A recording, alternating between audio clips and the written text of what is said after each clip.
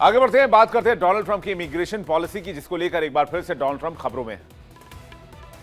आलम यह है कि अब वो शरणार्थियों के लिए अपशब्दों का इस्तेमाल करने लगा है। डोनाल्ड ट्रंप ने हाल ही में सोमाली शरणार्थियों को कचरा कहकर पुकारा है। यह बयान उन्होंने 2 दिसंबर 2025 को व्हाइट हाउस में कैबिनेट मीटिंग के दौरान दिया, जिसमें उन्होंने मिनेसोटा की सोमाली समुदाय, कांग्रेस वुमन इल्हान उमर और शरणार्थी नीतियों पर हमला किया। यह बयान उस समय आया है जब प्रशासन ने मिनेसोटा में बिना दस्तावेज वाले सोमालियों पर आवर्जन कार्रवाई बढ़ा रहा है। ट्रंप ने कहा है, ये लोग कुछ नहीं देते, बस शिकायत करते हैं। ट्रंप ने मंगलवार को कहा कि अमेरिका में सोमाली नहीं चाहते और उन्हें अपने देश लौटकर उसे ठीक करना चाहिए, क्योंकि सोमालिया की हालत ठीक नहीं है। अमेरिकी राजनीति और प्रवासी समुदायों में तीखी प्रतिक्रिया पैदा हो रही है। अमेरिका की राजनीति में फिर से डोनाल्ड ट्रंप का विवादित बयान चर्चा में है। क्या कहा उन्होंने, जरा इसको एक्सप्लेन करने की कोशिश करते हैं। वो कहते हैं कि सोमालिया बदबू करता है और किसी वजह से एक खराब देश है, ये कुछ भी योगदान नहीं करते। मैं उन्हें अपने देश में नहीं चाहता। अगर हम देश में कचरा लाते रहेंगे तो हम गलत दिशा में जाएंगे। ये लोग सिर्फ शिकायत करते हैं, जहां से आते हैं वहां उनके पास कुछ भी नहीं है। ट्रंप ने सोमालिया को नरक तक बता दिया। फिर कहते हैं, जब वो नरक जैसी जगह से आते हैं और यहां आकर सिर्फ और सिर्फ शिकायत करते रहते हैं, उन्हें वापस वहीं जाना चाहिए जहां से वो आए। इस तरह के प्रवासी कानून व्यवस्था के लिए खतरा है, इन पर कठोर कार्रवाई की जानी चाहिए। उन्होंने सोमाली शरणार्थियों को अमेरिका के लिए बोझ बताया और कहा कि उनके देश बदबूदार है, इसलिए उन्हें यहां नहीं आना चाहिए। ट्रंप ने आरोप लगाया कि सोमाली अप्रवासी अमेरिकी सामाजिक सुरक्षा प्रणाली पर निर्भर रहते हैं और देश के लिए कोई बड़ा कंट्रीब्यूशन नहीं देते। उन्होंने कहा कि वो कुछ घंटे भी नहीं देते, कुछ वक्त भी नहीं देते। मैं चाहता हूं कि वो अपने देश में वापस लौट जाए। ट्रंप ने मिनेसोटा से डेमोक्रेट सांसद इल्हान उमर, जो कि बचपन में सोमालिया से अमेरिका आई थी, उनको भी फिर से निशाने पर लिया और कहा कि इल्हान उमर भी कूड़ा है, इनके दोस्त भी कूड़ा है। इस पर उमर ने सोशल मीडिया पर पलटवार करते हुए लिखा कि उनकी मेरे प्रति दीवानगी अजीब है। आशा है कि उन्हें वो मदद मिले जिसकी उन्हें जरूरत है। यही वो इल्हान उमर है जिनकी तस्वीर इस वक्त आप देख रहे हैं। अब जरा फुल स्क्रीन देखिए। ये सोमालिया के रहने वाली थी, लेकिन अब वो सांसद हैं अमेरिका में।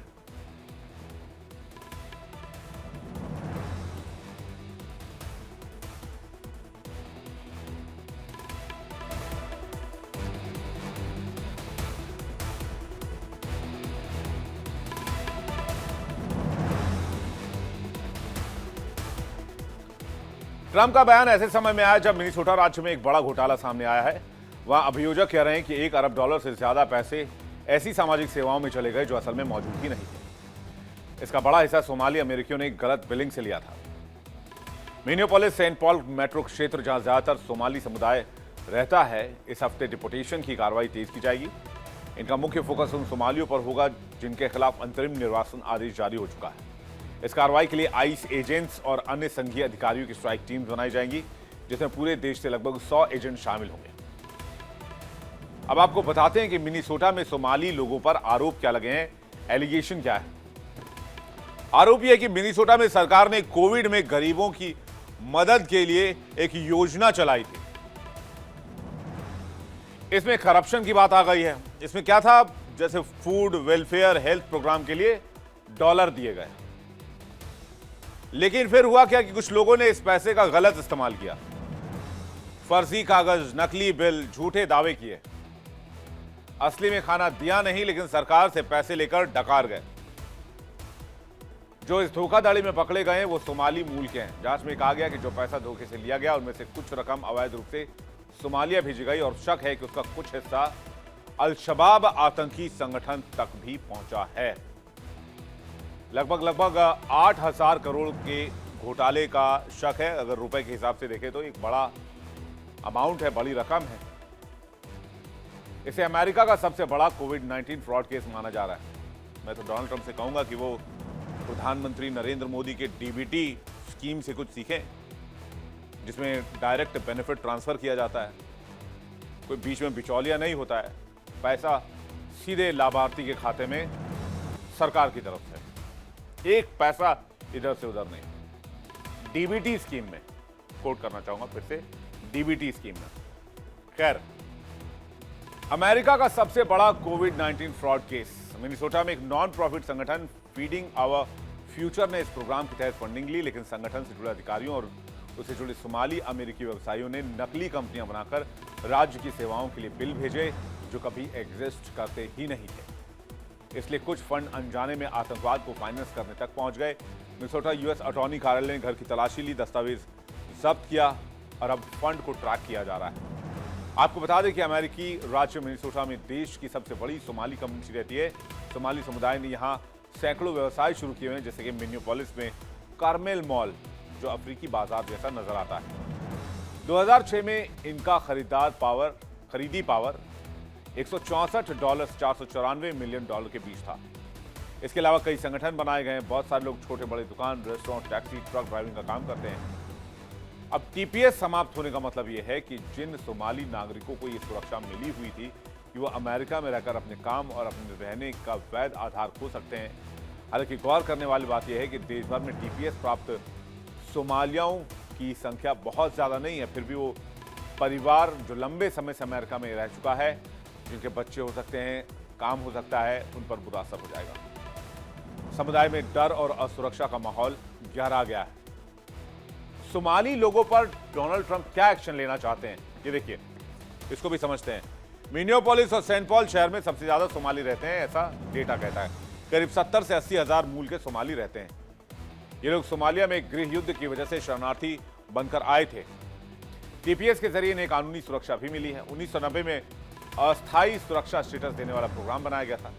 टीपीएस का उद्देश्य उन लोगों को सुरक्षा देना है जो अपने देश से वापस लौटे हैं किसी खतरनाक स्थिति की वजह से। गृह युद्ध, प्राकृतिक आपदा या गंभीर अस्थिरता वाले देश के लोगों को टीपीएस कहा जाता है। टीपीएस आमतौर पर 6 से 18 महीने के लिए होता है। 2025 में सिर्फ 705 सोमाली व्यक्ति टीपीएस लाभार्थी हैं। टीपीएस का मतलब होता है टेम्पररी प्रोटेक्टेड स्टेटस। सोमालिया के लोगों के लिए इसलिए जरूरी है क्योंकि सोमालिया की स्थिति अभी इतनी खराब है कि कई लोग वापस भी नहीं जा सकते।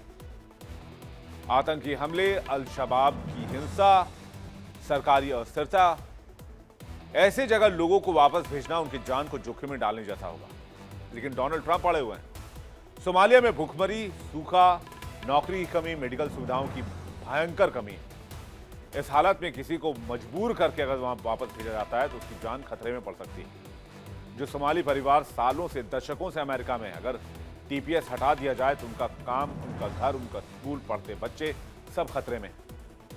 टीपीएस उन्हें डर से बाहर रखता है कि अचानक उन्हें देश से बाहर नहीं किया जाएगा। अमेरिकी एजेंसियां मानती हैं कि अल-शबाब की शक्ति अभी बहुत ज्यादा हो चुकी है, उसे रोकना जरूरी है।